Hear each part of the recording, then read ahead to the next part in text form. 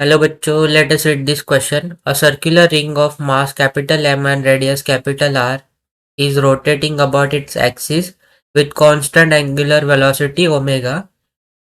Two particles, each of mass small m, is attached gently to the opposite ends of the diameter of the ring. The angular velocity of the ring now becomes. तो हमारे पास एक ring दिया है जिसका mass capital M और radius capital R है और उसका एंगुलर वेलोसिटी कांस्टेंट है। अभी हम लोग ने उस रिंग पे डायमीटर के अपोजिट साइड पे हम लोग ने दो मास अटैच किए स्मॉल एम के। तो जो एंगुलर वेलोसिटी में चेंज आएगा वो हमें फाइंड आउट करना है। तो इस क्वेश्चन को सॉल्व करने के लिए जो की कॉन्सेप्ट हम लोग यूज करेंगे वो हो जाएगा कंजर्वेशन ऑफ एंगुलर मोमेंटम का कॉन्सेप्ट। तो अगर अगर हम लोग कह सकते कि अगर एक्सटर्नल टॉर्क किसी बॉडी पे अगर जीरो होता है तो उसके करस्पॉन्डिंग जो एंगुलर मोमेंटम होता है वो कंजर्व हो जाता है। तो टॉर्क अगर जीरो है तो हम लोग कह सकते हैं कि D L upon D T जो है वो जीरो है। दैट मीन्स यहाँ से हम लोग कह सकते हैं कि जो एंगुलर एंगुलर मोमेंटम होगा ये जो है ये कांस्टेंट हो जाएगा। और एल जो होता है एंगुलर मोमेंटम जो होता है वो आई इंटू ओमेगा। यहाँ पे आई जो होता है वो मोमेंट ऑफ इनर्शिया होता है और ओमेगा जो होता है वो एंगुलर वेलोसिटी होती है।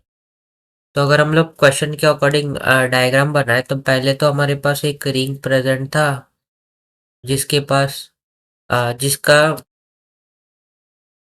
ये जो है वो ओमेगा एंगुलर वेलोसिटी से मूव हो रहा था और इसका जो रेडियस था ये आर था। तो अगर हम लोग पहले वाले केस में पहले केस में अगर हम लोग moment of inertia find out करें तो ये हो जाएगा आई वन इक्वल्स टू, हमें पता है मोमेंट ऑफ इनर्शिया जो होता है वो मास इनटू रेडियस का स्क्वायर होता है। तो ये हो जाएगा कैपिटल एम आर का स्क्वायर। अभी सेकंड वाला सिनेरियो ड्रॉ करें तो हमारे पास रिंग है और रिंग जो है वो किसी रोटेट हो रहा है और यहाँ पे हम लोग ने एंड पे दो मास रखे हैं और जिनका मास है स्मॉल है और इसका रेडियस आर है।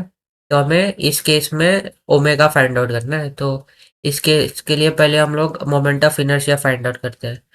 इसको हम लोग आई टू कंसिडर करते हैं। तो आई टू जो है वो क्या हो जाएगा, पहले तो ये जो रिंग है उसका मोमेंट ऑफ इनर्शिया आएगा जो कि एम आर स्क्वायर आएगा और ये जो दो मासेस है उनका उनके वजह से जो मोमेंट ऑफ इनर्शिया आएगा वो आएगा।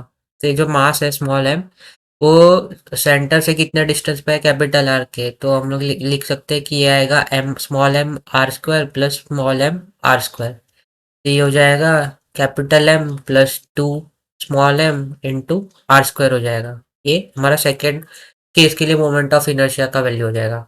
तो अगर यहाँ पे अगर हम लोग कंजर्वेशन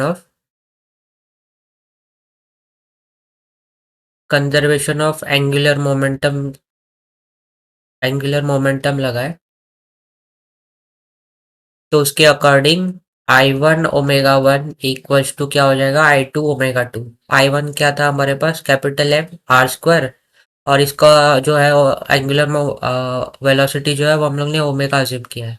आई टू क्या है capital M plus two small M R square और ओमेगा को हम लोग ओमेगा डैश अज्यूम करते हैं।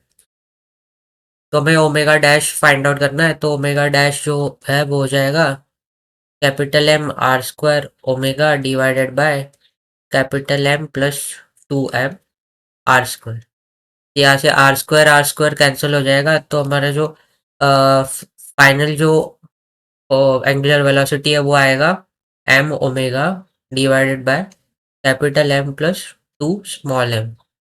तो ये जो है वो सेकेंड वाले केस के लिए एंगुलर वेलोसिटी हो जाएगा। तो अगर हम लोग ऑप्शन चेक करें तो ऑप्शन के अकॉर्डिंग ऑप्शन सी जो है ये हमारा राइट आंसर हो जाएगा इस क्वेश्चन के लिए।